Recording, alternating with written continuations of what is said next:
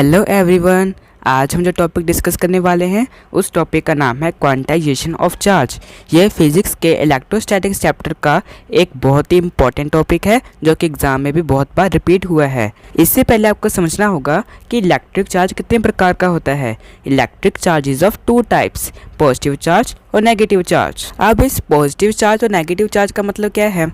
देखो, जैसे कि हम सबको पता है कि जो इलेक्ट्रॉन्स होते हैं वो नेगेटिव के फॉर्म में होते हैं, है ना।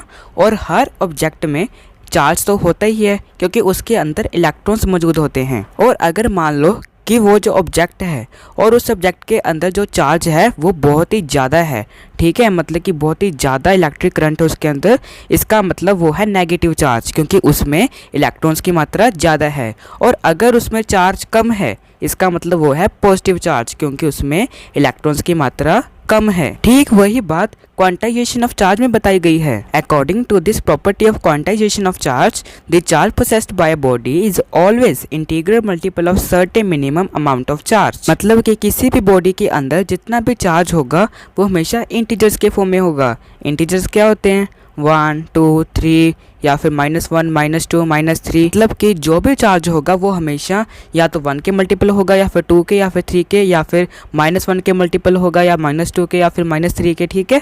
ये सारे जो नंबर्स होते हैं, ठीक है, नंबर्स के फॉर्म में ही ये चार्ज जो है वो एक बॉडी पर पोसेस्ड होगा। मैथमेटिकली हम इसको इस तरह लिख सकते हैं, Q equal to positive negative NE, या फिर पॉजिटिव नेगेटिव क्या है? प्लस और माइनस। मतलब कि किसी भी बॉडी के अंदर जो चार्ज है वो पॉजिटिव चार्ज भी हो सकता है और नेगेटिव चार्ज भी हो सकता है। मींस के हमें नहीं पता कि वो चार्ज पॉजिटिव में है या फिर नेगेटिव में है, इसलिए हमने NE लगाया और आगे हमने लिख दिया प्लस और माइनस। जहाँ पर Q का मतलब क्या है कि Q एक चार्ज है जो कि बॉडी पर प्रोसेस कर रहा है। वहाँ पर जो चार्ज है वो प्लस माइनस के फॉर्म में हो सकता है।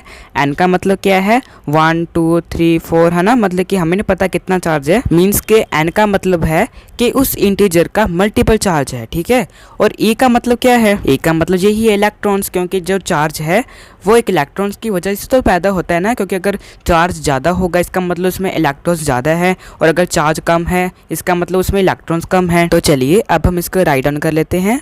Where Q is charge possessed by body, N equal to 1, 2, 3, 4 and N cannot be a fraction.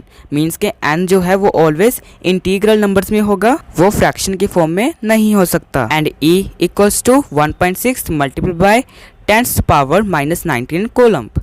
यहाँ पर C का मतलब क्या है? कूलम।